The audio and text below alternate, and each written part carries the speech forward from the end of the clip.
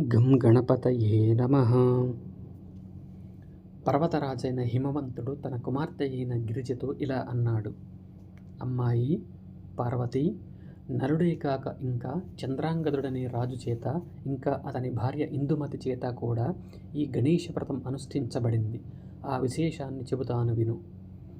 మాలవ దేశంలో కర్ణనగరమనే పట్టణం ఉన్నది.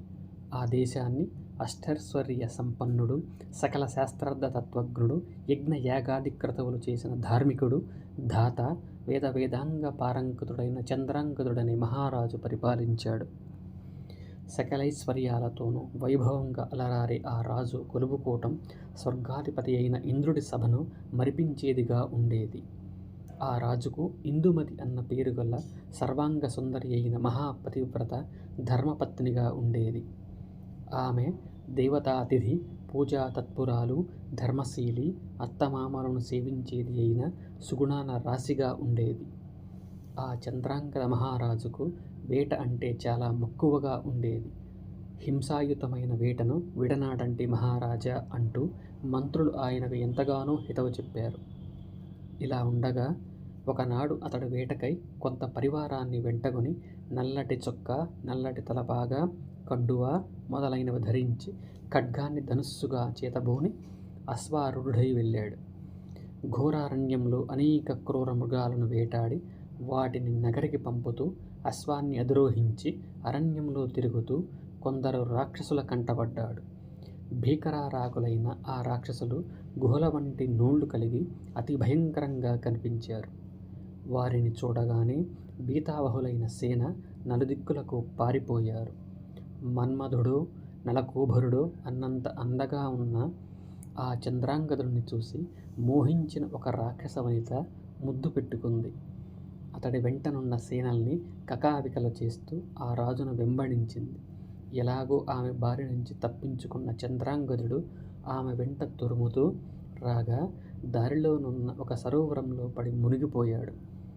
అప్పుడు ఆ సరస్సులోంచి నాగకన్యకలు బయటికి వచ్చి ఆ రాజును తమ వెంట పాతాళానికి తీసుకువెళ్ళి అతడిని నానా అలంకారములతోనూ అలంకరించి అతడితో ఇలా ప్రశ్నించారు. నీవెవరు? ఎక్కడి నుంచి వచ్చావు? ఎవరి కుమారుడవు? అన్న వారి మాటలకు ఆ రాజు ఇలా బదులిచ్చాడు. ఓ నాగకన్యలారా, నేను హేమాంగుడి కుమారుడను. నా పేరు చంద్రాంగదుడు. మాది మాళవ దేశం. అందులోని కర్ణనగరం నా నివాస స్థలం.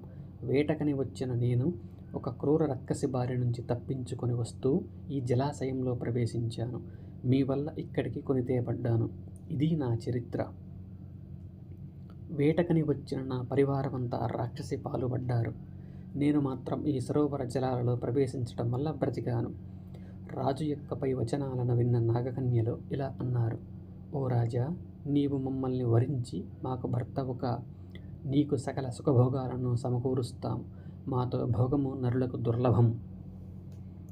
ఆ మాటలకు తన చెవులకు రెండు చేతులు మూసుకుంటూ రాజులా బదులిచ్చాడు.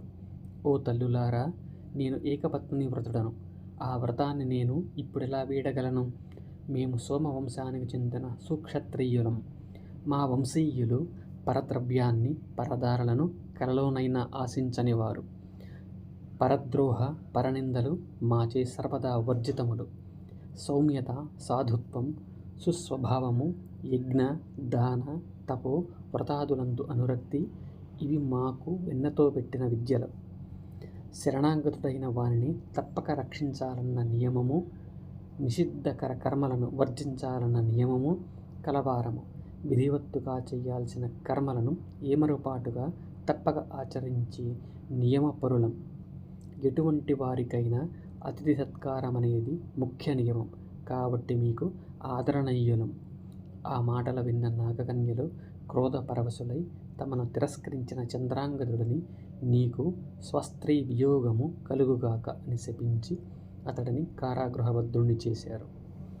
ఈ కథ ఇలా ఉండగా, ఓ పార్వతి, చంద్రాంగదుడిని వెంబడిస్తూ తరుముకు వచ్చిన ఆ రాక్షసి అతడి వెంట తాను ఆ జలాశయంలోకి దూకి దానిలోని నీటిని యావత్తో త్రాగివేసి జలచరాలన్నింటినీ భక్షించి ఆ రాజు చాట తెలియక ఎంతో అసహనంగా వెతకసాగింది.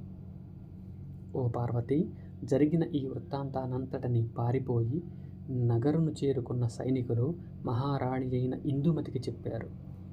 రాజు సరోవరంలో బడినాడన్న వార్త చెవినబడగానే ఆమె భరించలేని దుఃఖంతో మూర్ఛిల్లింది. కొద్దిసేపటికి శైత్యోపచారముల చేత తేరుకొని భర్త ఎడబాటును తట్టుకొనలేక గుండెలను నెత్తిని మోదుకుంటూ దుఃఖించసాగింది. ఓ నాథా, పరిపూర్ణ యవ్వనంలోనున్న నన్ను వీడి దేవతాతిథి పూజాపరురాలైన నాకు కంటికే కనిపించకుండా పతివ్రతనైన నన్ను వీడి ఎక్కడికి వెళ్ళావు? రాజోచితమైన షడ్రసోపేతమైన భోజనాన్ని వీడి ఏమి భుజిస్తున్నావో కదా?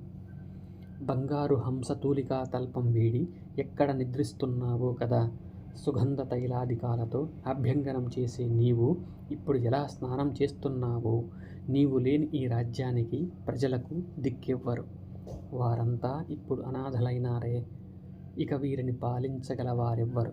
నీవు లేని నాకు సర్వం శూన్యంగా, జీవితమే అంధకారబంధురంగా తోస్తోంది.